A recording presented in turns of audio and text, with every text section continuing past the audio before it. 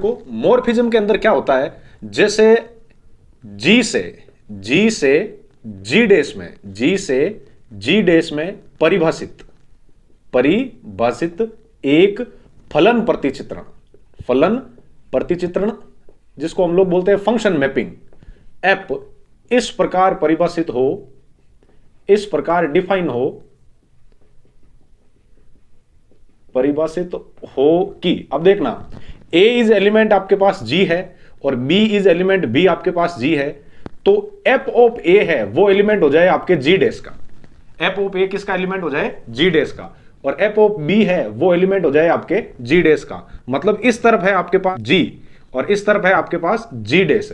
G का कोई भी एलिमेंट A है वो जब G डैश में जाता है तो जो आपको फंक्शन मैपिंग दी हुई है F, उसके अकॉर्डिंग वो इधर जाकर के F ऑफ A बन जाएगा बेटा। फिर इस तरफ का कोई भी फंक्शन B है वो जब उधर जाएगा तो इस फंक्शन मैपिंग के अकॉर्डिंग ये हो जाएगा आपके पास F ऑफ B। अब ध्यान से देखना, इसको और इसको मैं साथ में लूं तो यहां एक, अच्छा ये ग्रुप है, तो इस ग्रुप का जो मतलब बाइनरी ऑपरेशन है वो तो है स्टार, और इस ग्रुप का बाइनरी ऑपरेशन तो है स्टार, और इस जी डैश का जो बाइनरी ऑपरेशन है वो है नोट कर दो, ओ से रिप्रेजेंट कर दो आप। तो यहां एक एलिमेंट है आपके पास ए स्टार बी, देखो ए भी जी का एलिमेंट है, बी भी जी का एलिमेंट है, तो ए स्टार बी भी किसका एलिमेंट होगा जी का।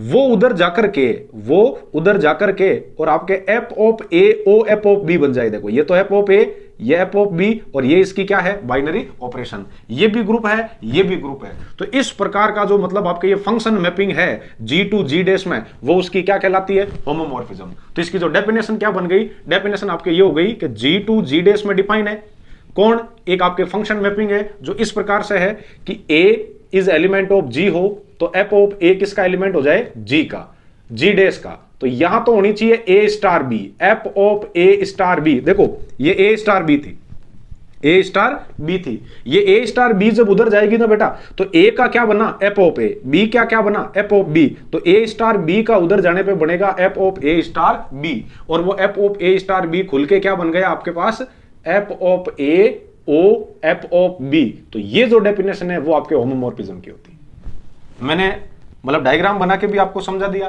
किसी प्रकार का कोई कंफ्यूजन नहीं होना चाहिए। ए इसका अवयव है, बी इसका अवयव है, तो ए स्टार बी भी इसका एलिमेंट होगा।